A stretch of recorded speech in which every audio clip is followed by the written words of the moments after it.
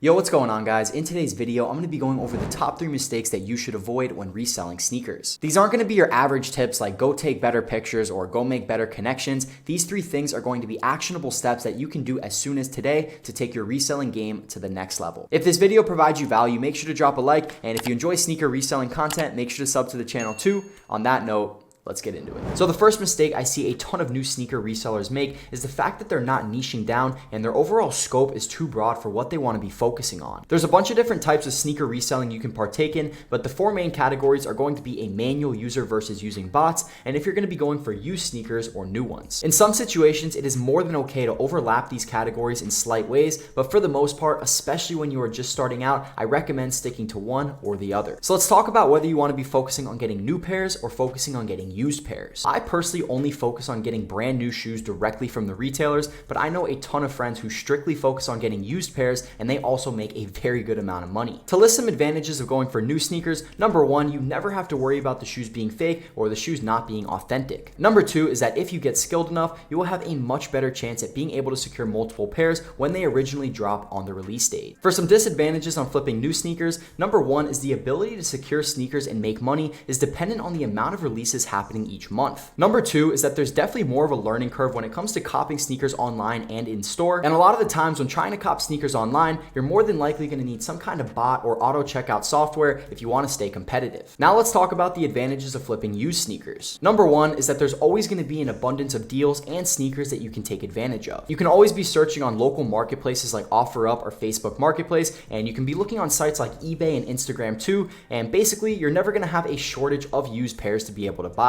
The second advantage to flipping used sneakers is that you're not going to need any kind of large investment, and you're not really going to need a ton of capital up front in order to be able to get started. Realistically, if you have anywhere in the $300 to maybe $500 range, you should at least be able to start securing a few pairs of sneakers. For the disadvantages of buying used sneakers, one of the main ones and one of the main issues that people are going to run into is potentially buying fake sneakers. In my opinion, one of the most important skills that you can have when flipping used sneakers is the ability to legit check and to make sure that all the pairs you're receiving are real. This doesn't solely mean that you have to be able to break down each and every single shoe and look for imperfections, but it also means that you need to be able to legit check the person you're dealing with. When you're meeting up with them, you obviously want to make sure it's being done in a safe place and see if they seem like a legit seller once you meet them in person. The second disadvantage to flipping used sneakers is that it's more than likely going to be more time consuming, and ideally you're going to need some form of transportation in order to make it as efficient as possible. So that is the first mistake that you want to avoid as a sneaker reseller. Make sure that you're deciding on which route you want to take, and then put your focus and efforts towards that until you reach a sufficient level. The second mistake you want to avoid as a sneaker reseller is not starting your own personal brand from the very beginning. I see so many people start their reselling journey and they're selling pairs basically anonymously online, or when you're meeting up with people in person, you're not giving them their Instagram so they can come back for future pairs, and the list really goes on and on. Here's a perspective that some people might not realize. People don't always buy something strictly for the product itself. A lot of the times when someone's making a purchase, they're purchasing it from someone or something in specific that they can usually trust. Of course, this isn't always the case, but nowadays whenever I'm selling a sneaker to someone, I will never get questioned about the authenticity of that shoe, and 99% of the time I'm receiving payment up front before I have to ship anything out. My personal brand when it comes to my friends, my family, and to all of you guys watching this video is that I'm the sneaker reseller guy. You see that I have followers, you see that I have a bunch of expensive sneakers in my background, you see that I run an entire Discord server dedicated to reselling and making people money online,